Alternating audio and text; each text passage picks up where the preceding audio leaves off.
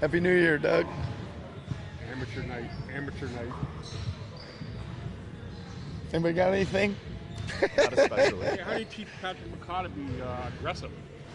Yeah, well, we got to. Character. Yeah, I mean, we just got to get him to. First of all, I said this the other night too. It's like he's got to, when he does defensive rebound, he should bring it immediately because that's always a good quick break, right? And then I just, I got to play call a little more where he's running the ball, too, a little bit. And I just want him. I'm not so sure I want him shooting a ton of shots. If they're there, great. Like some nights they are, some nights they aren't.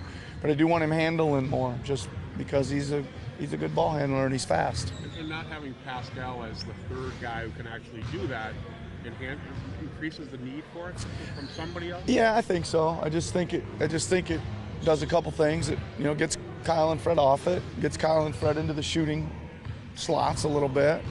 And it's a different rhythm and different pace usually. And OG's falls into that category too. I like him to bring it on the defensive rebounding too. So if he get on the glass, he can turn and bring it. And I think he's been improving on his transition, taking it all the way to the rim game. In terms of the shot selection for guys like Pat or even Rondé, how much of it is finding that balance? Because those guys aren't focal points of the offense. Yeah. At the same time, if they're passing up shots, that probably hurts your offense too in terms of what the defense is doing. Yeah, I mean, I don't really want them passing up shots. I don't think, Josh. I think it's difficult. I'm tried to play this a little bit both ways. We want them to be aggressive and take rhythm shots. It's just that we don't want them in clumps, right? Where it's those guys every time down the floor, for 6 or 8 straight possessions. I just think we got to explore some of our, especially at this point, some of our main opportunities here and there, but they got to take them. We're not putting stop signs really on anybody. If the opportunities are there, they need to go for it. How do you, I mean, those guys by nature, it seems like, and especially over the last few weeks, you can almost see the thought process go through their head when they're open, the pump fake, or they're hesitating. Yeah. How do you get that out of guys and just let them know that if you have that shot without hesitation?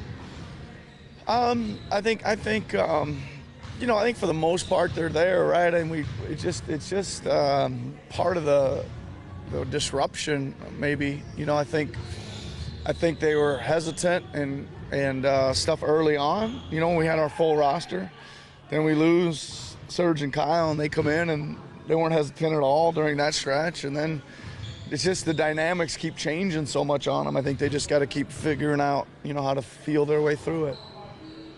Any status updates on the out indefinitely crew? Nothing really. They did do some checking on them, but there's nothing imminent of anybody coming back. So I don't really have much of an update for you. Everybody's progressing, but not fast enough. No, I don't know. We'll see. See. Anything on Matt? Nope, just same. I mean, Matt's out there doing everything non-contact. He's just still a little bit away from getting into contact, and as soon as they clear him for contact, we'll throw him out there. You got any good gifts? Give any good gifts? Both, yes. Yes. My gifts I gave were equal to the gifts I received. That's always a good place to be. Not neutral. It's a good holiday. Yeah. 0 no Yeah. later. Yep.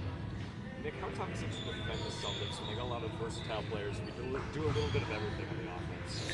Yeah, I mean they got a lot of weapons. That's the problem, right? I mean, Kemba and his speed and shooting is a handful. Like every night he's going to shake free at parts of the game to present problems.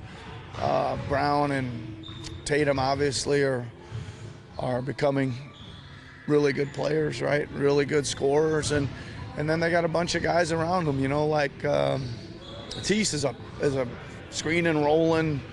Tanner's a problem inside for us since we're so small. I mean, they got a bunch of guys, and they're still missing some guys due to injury too. Hayward goes one-on-one, pushes off, gets some space, gets clearance. That's hard to guard too. So they got a lot of ways they can go to keep their offense ticking over. Do you think the backcourt's going to be another big focal point for both teams in this next game? Yeah, I think so. I think we just gotta. Yeah, I think so. I mean, their backcourt's good. They're 1 through 4, right? Are really all can be primary scorers. I just hope we can play a little more characteristic the way we play. I think we're a little bit out of character there on Christmas Day for whatever reason. Seem to be going around the league though. As I watch the games go by, there's some funky games on Christmas Day. So let's see if we can get back to being ourselves a little bit more. Play a little bit more pride on defense. Play a little bit tougher. Get after a little bit. Sorry. Chris, Right. even with the added playing time, he hasn't been getting into as much foul trouble as maybe he has in the past. What do you like about what he's done out there? He's certainly not shy like some of the other. Yeah, I mean he's been really good. Spark offensively. He's got a knack for getting it in the hole. All right, it doesn't always look pretty. The jump shot's not pretty, but it goes in. The roll into the rim's a little awkward sometimes, but he gets it in there. Love his offensive rebounding. When he's switched on D, he can be a factor, right? I think he's just got to keep playing with physicality, playing early in the possessions to carve out his own space and things like that. And shot block. He's been great though, and I think he keeps getting a little bit better every time he goes out there. Thank you, sir. You're welcome.